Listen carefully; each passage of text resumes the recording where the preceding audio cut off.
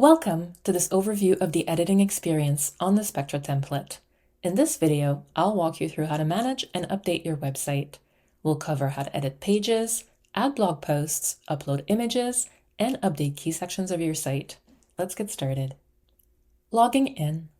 You should have received login credentials for your website. If you haven't, reach out to your account manager and they'll provide these for you. In order to access the login page, you will add /wp-admin/ to the end of your URL. This will give you access to the login page. You'll then enter your username and your password in order to log in. If you're having trouble, you can use this lost your password link here at the bottom.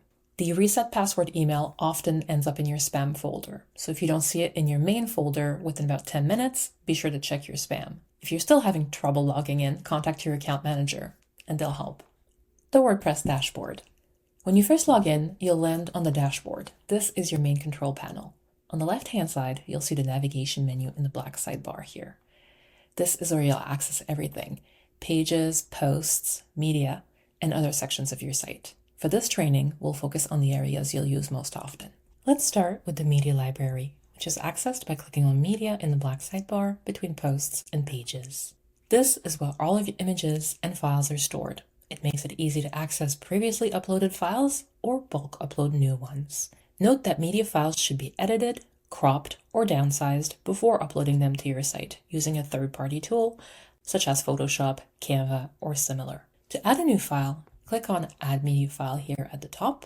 You can then drag and drop images, or click on the Select File button and then pick from your desktop, your Dropbox, or wherever you're storing your images. Once a file has been uploaded, you can click on it to edit some of the details. First, there is a Copy URL to Clipboard button, which you can use if you're linking to a PDF menu, a JPEG of a map, those kinds of things. You should also take the time to add alternative text to pretty much every image that you upload, unless it is a purely decorative element, for example, a colored swirl or a background texture. If you have an image, a logo, you'll want to add alt text. This is used for people who are viewing your site with a screen reader and it reads the description to them to provide context. Let's take a look at the Pages area next. I'm going to click on Pages. This is where you'll spend most of your time when editing your website. To edit a page, find it in the list or use the convenient search function in the top right to narrow down the selection. Then click on the page to start the editing experience. Practically every page on your website will be listed here, unless you're using Commerce 7 filters on a shop page, in which case that page will be managed through a Commerce 7 product collection. You'll see that a few pages are grayed out, such as Cart, Checkout, Collection. There's also Product and Profile. These are Commerce 7 admin pages, and they're blocked to prevent them being accidentally deleted or edited in a way that breaks the connection with Commerce 7. First, we'll dive into editing an existing page and an overview of the Spectra content blocks. I will use my trusty search function in the top right to narrow down the pages and click on Homepage 1. At the top, you will see the page name as well as the URL and then the content blocks section. In the top right here, you'll see Expand All, Collapse All, and Add Content Block. I will cover all of these options. First of all, Expand All. This kind of shows you all of the blocks. Personally, I find it more difficult to edit an existing page if blocks are open. It's just a lot of visual clutter, so my preference is to use Collapse All. And then you can really easily see that the page is made up of 6 blocks, and it tells you what each block is. You can really easily reorder blocks. If I put my cursor in this kind of blank area here, I can then drag and drop the block. We also have some various controls. If I click on these overlapping squares here, this is the duplicate function, and then this would create a second text block that I can then open and edit. Clicking on the 3 dots, I have the option to rename the block. So instead of having it just called text block, if I have 5 or 6 text block, it can take me a long time to find the right one that I want to edit. I can name it something more specific. For example, Welcome to Spectra. And then I would click rename and it would say Welcome to Spectra, and in parentheses the type of block that it is so that I always know what block I'm using. Going back to the 3 dots, I can click on delete. So this will permanently remove the block. There's also a fairly new disable option. This will hide the block from the public, but keep it in the WordPress area. This is really handy if you have a promotion that hasn't launched quite yet, you want to kind of set it up but not have it seen by the public, or if you really quickly need to kind of remove some content that you think you might want to add back later. So for right now, I'm just going to delete this block that I duplicated because we don't need it. Let's dive into some of these blocks a little bit more in detail. First, we have a banner block, and if I expand the block, you'll see that it has tabs down the left side here. We've got banner styles, banner content, banner image, and banner image mobile. So it's a pretty typical setup of the blocks that you'll have some side tabs. They don't always have 4, sometimes it's only a couple, but you could basically click on these different areas and do different things. The styles section here is where we can make some design decisions. So this is the banner, which is this large image here at the top of the homepage. It has some text in the button, and then of course the image itself. First, I can decide how wide the image is and then how tall it is as well. Typically on the home page, you'll use long, and then on other inside pages, you can use normal or short. There's a few other options here. There's parallax, which is kind of a scrolling effect. Experiment with. There's a veil. The veil adds a dark cast. So let me turn on the veil and show you. So I have text over this image here, and you can see that in some places, the text being white, it kind of blends into the background a little bit. So by turning on the veil, I've added kind of a darker cast to the image, which allows the text to stand out. So sometimes this is really good for ADA compliance, especially if you have like a very bright image and some text over top. I can also just turn that off. Going into the banner content, this is where my text is. So there is a title, a subtitle, and a button. You can use one of these, all of these, none of these, entirely up to you. Going over to the banner image, this is where the image is found.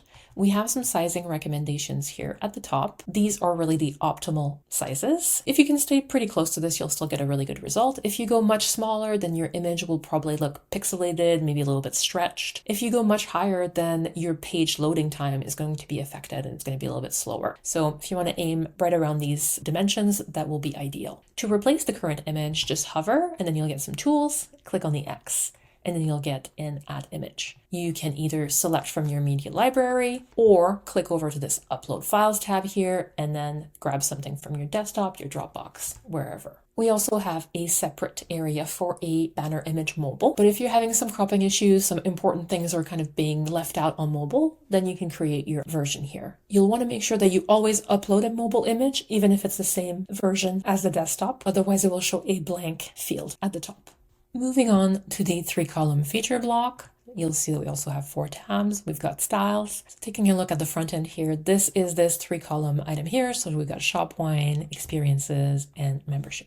Right from the start, I can kind of change some of these settings here. For example, adding a gap between the column, pushing the content below the images, and removing the veil. So this is how it looks now. And then if I reload and those settings are implemented, you see that I have a fairly different result. The images are brighter because I removed the veil, the content is below. And there's also a gap between the items. And then each column has its own tab. So same idea here as the banner. I can kind of hover, click on the X to change the image. I have a spot for text. So we have a title and a short subtitle here. And then we have a button. So this is a 3-column feature. There is also a 2-column feature and a 4-column feature. If you go to add content block, you will see them in there. So there's a 3.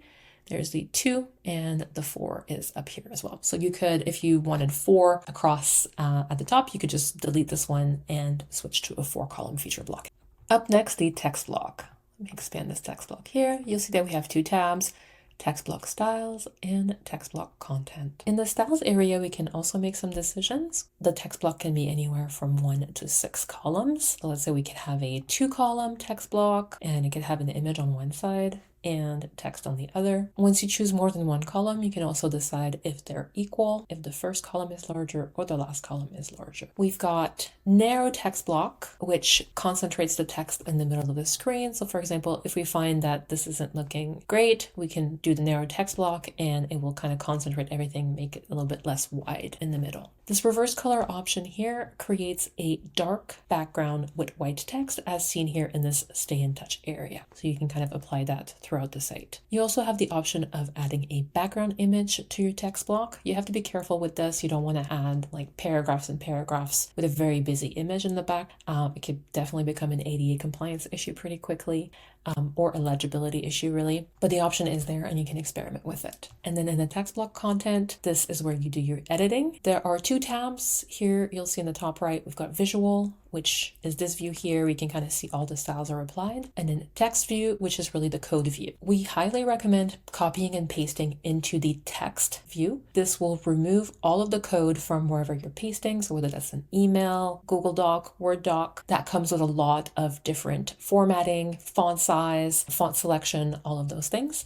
If you paste in text view, that will be all stripped, making sure that you just get the text and none of the weird formatting that you don't need. And then after pasting in text view, you can switch over to visual view and apply your styles. So first up, we've got a selector for our text, so we can apply heading 1 through 6. You always want to start your page with a heading 1. Typically after that, you'll have a heading 2. Oftentimes you'll have several heading 2 for different sections. And then heading 3 would be kind of towards the bottom of the page, a little bit less important or less prominent sections. Very rarely will you use heading 4, 5, or 6 unless you're writing several thousand words as part of a long blog post. Typically, you'll be limited to heading 1, 2, and 3. You don't want to use the headings based on how they look. You'll want to make sure you use them sequentially for best web practices and in the US for ADA compliance. We then have different styles such as bold, italic, we've got numbered list, bulleted list. We can control the alignment. So this here is centered. I could also left align it. There's an option to right align. Definitely not very popular for web. You can also create a text link. So for example, if we have a philosophy page, I can highlight the word philosophy, click on the link tool here, and then I could add my URL and click on the arrow to activate it. And then this becomes underlined and clickable to go to a page. Or I can just break the link by clicking the break link option. We then have a product collection block. This is how Commerce 7 products are displayed on your website. So the way that this works is you will add the slug of the Commerce 7 product collection into this field here. So we've used manual slug entry, toggle that to yes, and then we can use the Commerce 7 slug, and I will show you what that looks like. So if I go to Commerce 7 and I can use any collection. So right now I'm featuring a collection of 3 wines called Homepage, but let's say I want to feature events instead. I can click on my events collection and the slug is right here at the bottom in the SEO section. I can copy this and then paste it in here. I can then decide how many products are displayed per row, and I can decide whether I want to have a teaser or not. You can kind of experiment with these. They all look a different. 3 and 4 wines per row look pretty similar. 2 and 1 have slightly different layouts. So you can kind of play around, experiment, and see what works best on your page and for that particular collection as well. I am now on the events page to show you the Spectra events block. There are a few ways of handling events on your website depending on how many events you host, whether they're ticketed, non-ticketed, or a combination of both. This Spectra events block is great if you have fairly few events, so let's say 1 to 8 events per month, and you have a combination of ticketed and non-ticketed. If you're looking for a recommendation for your particular situation, feel free to send us a note and we'll be happy to take a look and recommend something that will work best for you. But let's say this option works great here for you. It creates a 2-column layout with the image on one side and the text on the other, and then they kind of alternate left and right as you go down the page. There's a little call out for the date and then all of the Spectra events information. Looking into the back end of the page, you add your event title here, and then this is set so that the event automatically gets removed or hidden once the start date happens. So you'll first enter the date using this calendar, and then you'll kind of need to add these details so that the event can get hidden times. Then you have your image, your text, and you can kind of keep going. So I have a few events here. So this event you see was not on the events page, but it's still there. I could delete it if I don't want to see it in the back end, but sometimes it's helpful, especially if you have recurring events, to just kind of keep them and then update them in the future. You can really easily add events. There's a couple of ways to do that. You can scroll to the bottom and click add event. You can also find the intersect between any 2 events. So let's say this is the end of one and the beginning of the other. If I kind of hover in the margin, you will see a plus sign. So I can click plus and then I get a new listing that I can kind of fill out. You can remove events with the minus sign. So click minus and then remove. And then lastly, you can reorder your events. You kind of grab them from the left side here. So next to this number, this kind of acts as a handle, and then I can kind of drag and drop them in a different order. I am now on the history page and we'll show you the history timeline. So this is a timeline that's designed, that's got this bar in the middle We've got the dates, we've got a little short bar on the sides for each date. And if I go to the back end, this looks fairly similar to what we just looked at for the events. So we've got a field here for the year, we've got our text area and our image area. It's really important to follow these size recommendations for this image. If you use a variety of image sizes, some being kind of tall and narrow and others being wider and less tall, what's going to happen is these little bars here next to the years are going to go out of alignment and it's going to look really strange. So this particular timeline is really designed for these landscape format images. So if they're all the same format and landscape, that should look good. Next, I want to show you our video block option. So there are 4 video blocks in total. Video Legacy, this is an older block. It combined functionalities for a local video, a Vimeo video, and a YouTube video. If you are on an older site, this block is designed for video to keep working for you. But if you're making updates, then I would encourage you to choose one of the other 3 options. We've got Video Local, which is for uploading an MP4. This typically works best for videos that are under 30 seconds in length. If your video is longer than that, you'll want to either upload it to Vimeo or YouTube and then use one of these blocks to connect it to the website. I have an example here of a local video, but all of the blocks work pretty much the same. So we've got the style options here and we've selected play in place and not autoplay. So if I go to my page here, you'll see that now I have a play button. I can choose to have it autoplay. I can add a mute, unmute button and a play pause button. I can play it as a banner, which would make it full width. So let's go autoplay. Let's go all of these options and update. And now we have a very large video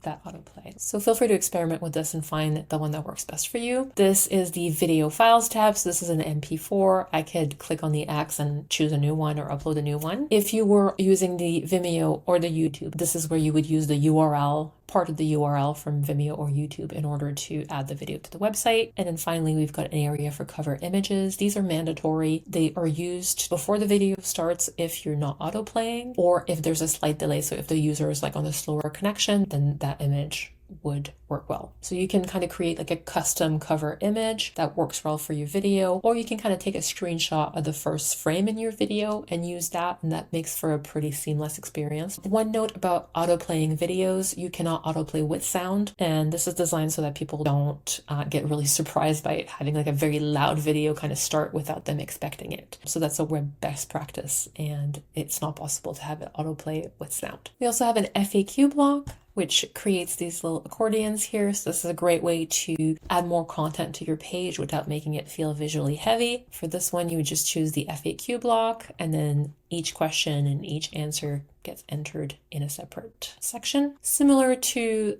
the events block and the timeline, you can add a new FAQ in between by finding the intersection and clicking on the plus. You can remove one by finding the minus icon and clicking remove. And then you can reorder them by using the left side as a handle and dragging and drop. The last block I'm going to show you is the spacer block. So if we look at this portion of the page, the title frequently asked question feels a little bit too far away from the actual FAQs. And then the bottom of the FAQs feels a little too close to the footer. There should maybe be a little bit more white space so it doesn't feel so claustrophobic. So we have a spacer block that can help in these two situations. So let's start by adding a spacer to the bottom here. So I'll go spacer block, and I will say, let's say 50 pixels on desktop and 30 pixels on mobile. All right, so now my FAQs aren't so close to the footer, it feels a little bit more balanced. I can then add another spacer block, and this time I'm going to drag it between the FAQ block and the frequently asked question title in the text block. And here I'm going to use a negative number. I'm going to say -70 on desktop and -60 on mobile. And this will bring the elements closer together.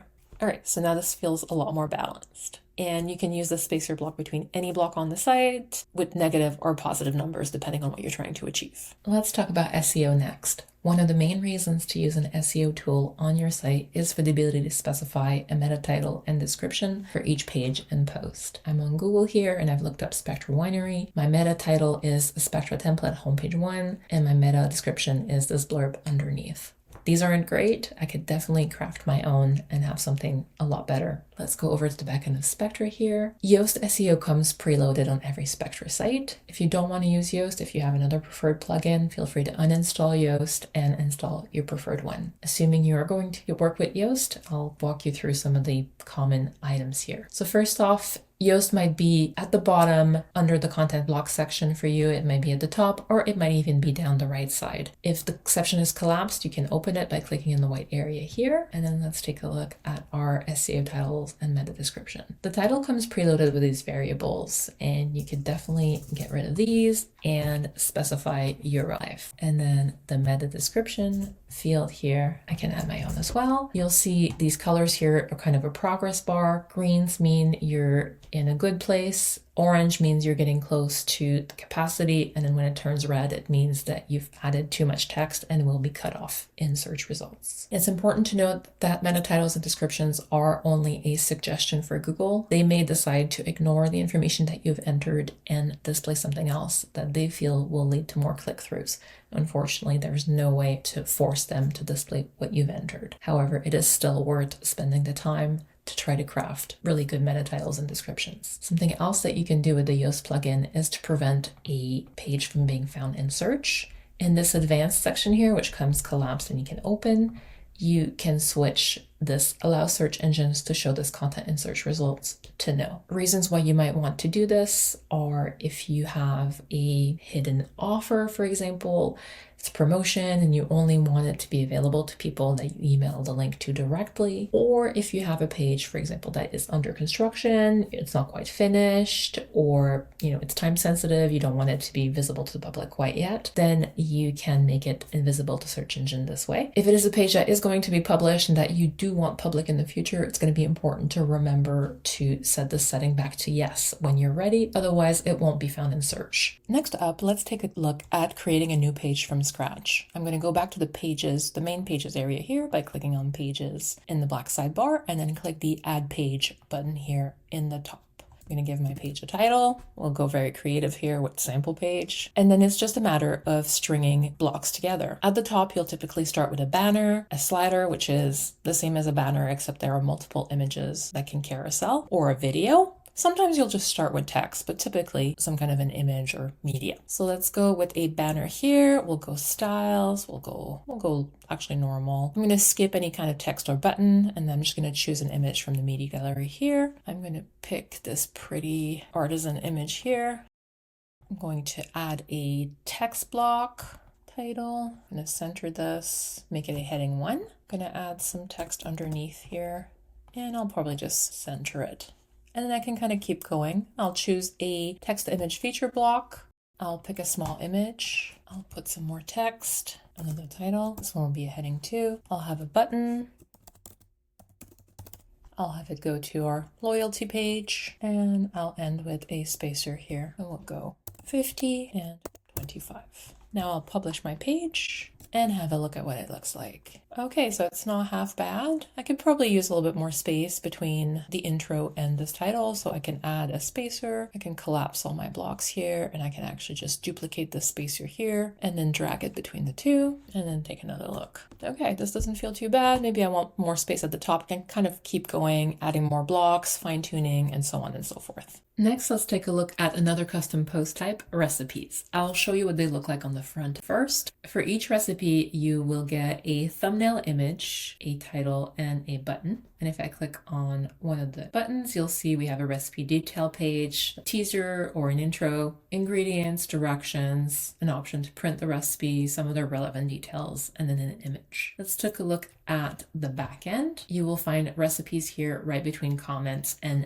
team members. And if I click into one of the recipes, we can explore the different sections. So the recipe name is the post title. We then have an area here for an introduction. This is super short. Obviously, you can create something much longer. And then we've got some tabs here. So we've got ingredients. Each ingredient is added on a line, and you can kind of keep going here and add more. You can also remove an ingredient with this little minus button. You can add an ingredient in between two other ones, and you can even reorder them after the fact in this fashion, just by grabbing the left-hand side here and using it kind of as a handle. The directions also have separate boxes, so you can kind of create different steps. And then the recipe specs tags are really important in order for recipes to be indexed by search engines and AI. So if you're able to fill these in, definitely we recommend doing that. Recipe notes is just an extra field that would appear towards the bottom and is optional. The photos are located here, and you'll see that we have different size recommendations. So this rectangular image is for the recipes page where all the recipes are displayed. And then this square one here is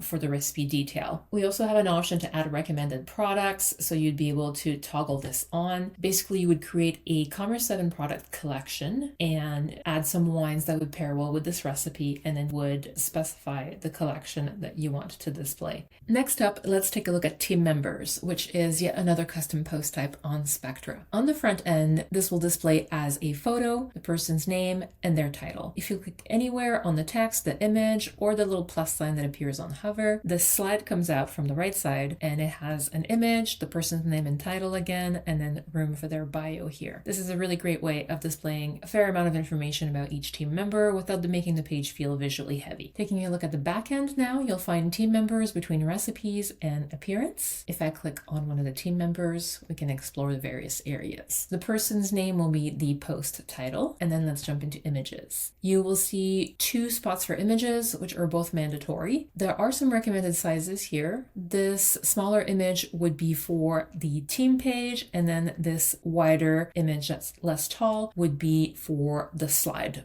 when it opens. If you don't want to spend time creating 2 different formats, you can actually use a large square image and it will work well typically in both positions. Something like 800 by 800 pixels typically will work in both spots. You just place the same image in both areas and then you don't have to do so much cropping. Going into the content tab here, you'll have a spot for their position, which is optional. And then their bio is here. This can be much longer if you want, or pretty short. There's an optional field for contact by email, and this would make a clickable link so that people can email this person directly. You can decide whether you want to make that available or not. And then finally, on the right-hand side here, you will see team member order. This is where you would specify in what position you want them to be displayed in the list of team members. Each person needs to have a number, and the number needs to be different for each. So if Jonathan is in position 2 currently, but I want to move him to position 4, and there's already somebody in position 4, I'll need to update their number so that Jonathan can finally be displayed in position 2.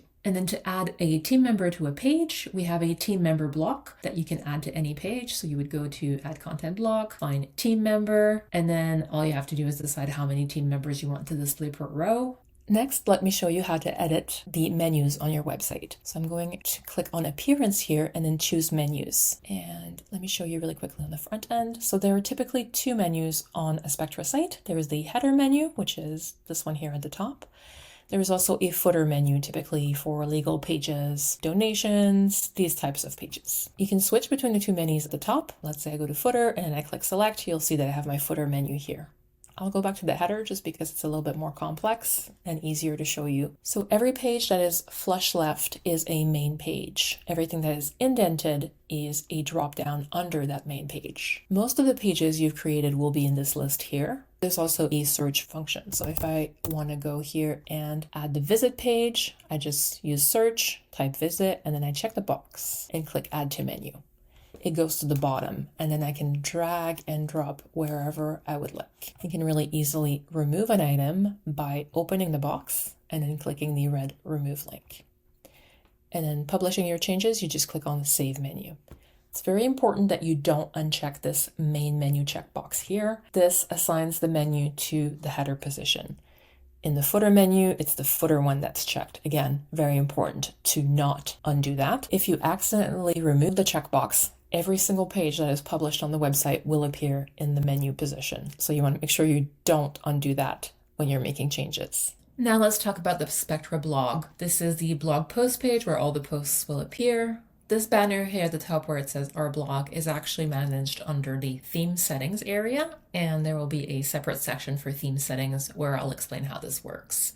Moving on to the actual posts themselves. So each post will appear as a little tile with an image, a title, an optional teaser, and then a read more link. Let's take a look at the back end now. So if we go here, we'll find the posts section, which is immediately under dashboard. And then you can see that we have some published posts, and then this new post here is in draft mode. If I open this, you'll see that we have a banner, which is optional. So we can enable or disable the banner with this button here. If we decide to enable the banner, then we can choose the height. We can add some text and a button, which are optional. And then the banner image is here. Going down the list, we can hide the post title if you wanted. For example, if you need to have one title for the admin area, but then for the blog post itself, you can hide the title and then add it in the body as a heading. We also have an area here for the optional teaser that I mentioned. This would be 1 to 2 sentences to kind of try to entice people to click through to a specific post. And then the hero image is the one that shows on the post page, little thumbnail. And then after that, you can build your post using these content blocks. So here we have a text block, a video, another text block, but you'll see that we have access to the full collection of blocks from Spectra. So I can kind of keep building this post. I could add a product collection. I could add some FAQs. I can keep going and make this very long and in-depth, or not. I could just have 1 or 2 simple blocks. We've got some categories here on the right side that you can select. And then once you're ready to publish, you could just hit the publish button. If you wanted to set a future publish date, you could just go into this edit area here and then specify a date. For example, I could say that I want this published in December, which would be several months from now. And then I can click published, and the article won't be visible to the public until that specific date. I'm going to touch very briefly on plugins. There is a plugins section here in the black sidebar between appearance and users, and your Spectra site will come typically with a handful of plugins installed. This site has 5, yours may have a couple more or a couple less. If we've done some advanced customizations for you, enabled search, added an Instagram widget, there may be a few additional plugins. Going through this list here, the only mandatory plugin is the classic editor, which allows the Spectra blocks to function. Everything else here is completely optional. ACF content analysis for Yoast SEO is tied to Yoast SEO, so you can disable both if you'd like. You can replace them with your favorite SEO plugin. Speculative loading helps with site speed a little bit. It's a fairly recent addition. If your website went live a little while back, you may not have this plugin. Feel free to install it or to leave it off. WP2FA helps secure the login process by adding 2-factor authentication. Again, a fairly recent addition that you can add on if you don't already have it, or you can leave off.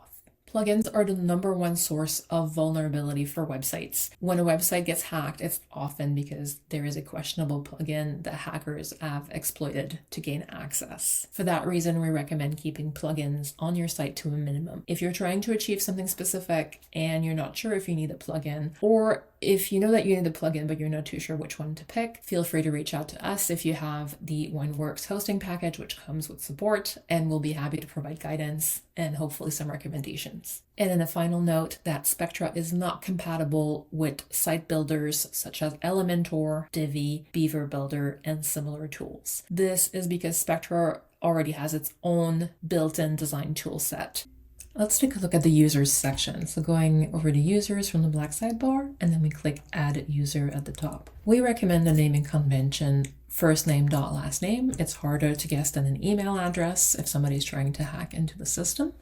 And then you fill out the other information, email address, their first name and their last name, and then a password. A password comes already preset. You can specify something different. They can get notified automatically. Typically this goes to spam folder. I would recommend just noting the credentials that you're giving them and then sharing that with them via email, or if you're in the office on a piece of paper, to be more secure. And then you'll choose a role. The administrator role is the one that has access to everything.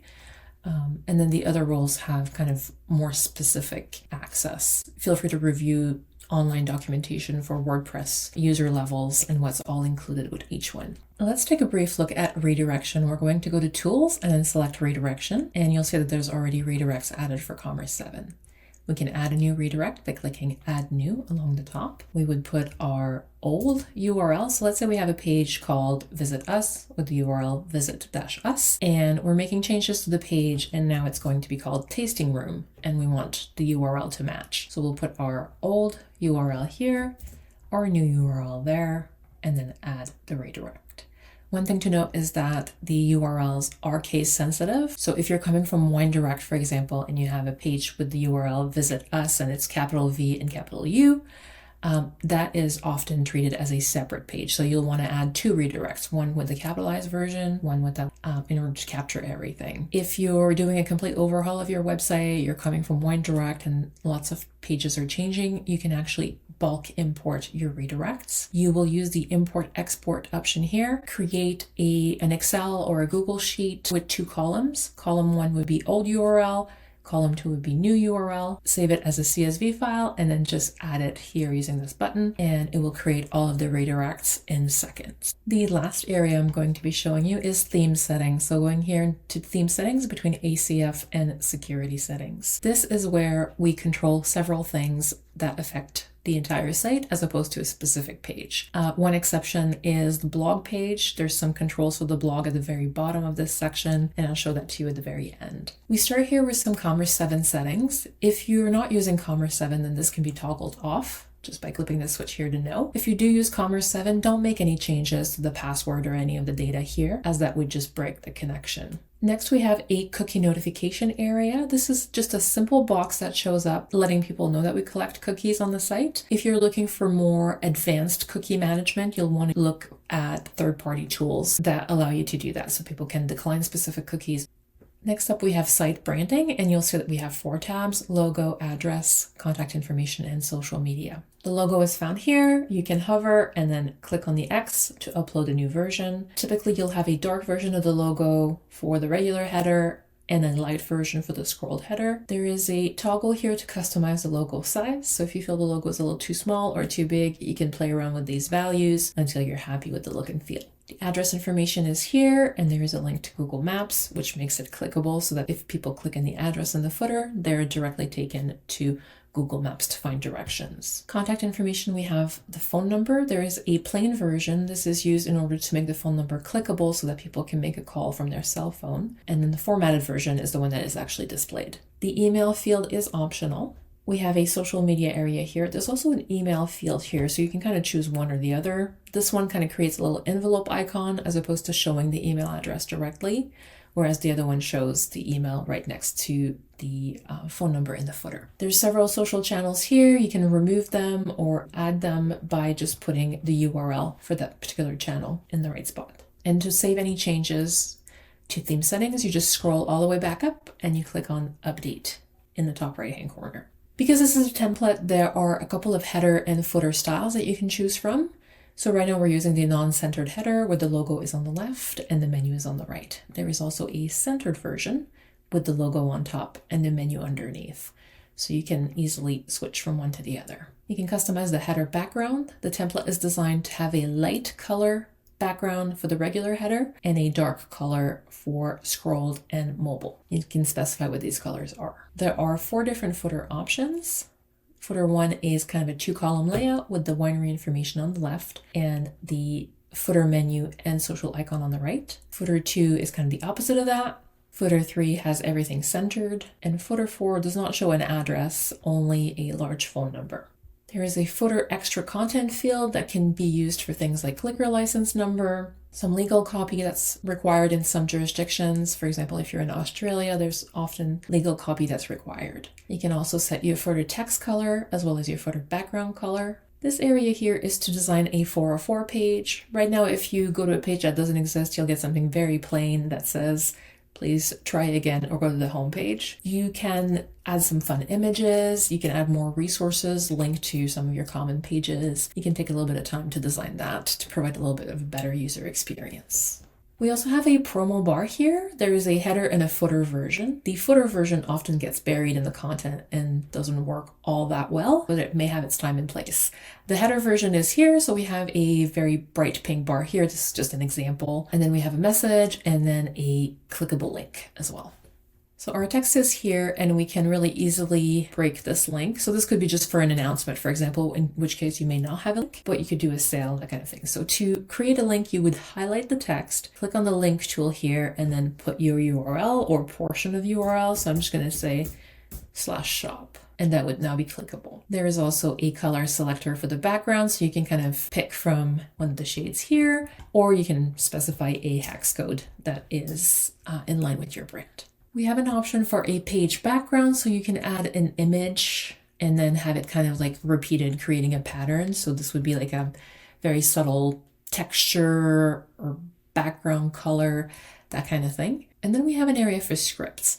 Scripts are used to install things such as Google Analytics, Redshift. Sometimes if you're working with Klaviyo or MailChimp, you can access extra features by installing a script. So just to say that there is an area here built in for scripts, you don't need to add a plugin in order to add scripts. And if you ever receive a script and you're not sure how to install it, in which of the buckets it should go, feel free to send it to us and we'd be happy to take a look and put it in the right place for you. And then the last section here are the blog controls that I mentioned earlier. So at the top of the blog page, we have an image with a title, and it's controlled here at the bottom of theme settings. So this first toggle here is whether or not this image is enabled at all. So we could just disable it and then just start with the posts without an image. But if the image is enabled, then we can choose the width, the height, we can add some content, and then the image is here. We can hover over it, click on the X, and then pick something different. Same thing for mobile. And then the very last section is the blog list page options. So how many posts are we displaying per row? So right now we've got 3 posts per row. We could do 2 or 4. 2 makes them a little bit wider, and then 4 makes them, of course, a little bit narrower. And finally, the read more link text. So right now it says read more, but if we preferred something else, read article, learn more, anything that you would prefer, you can just use that, and then it will automatically update the little link text for all of the blogs at once. Thank you for watching this overview of how to manage your website using the Spectra template. If you have any questions or need help, feel free to reach out.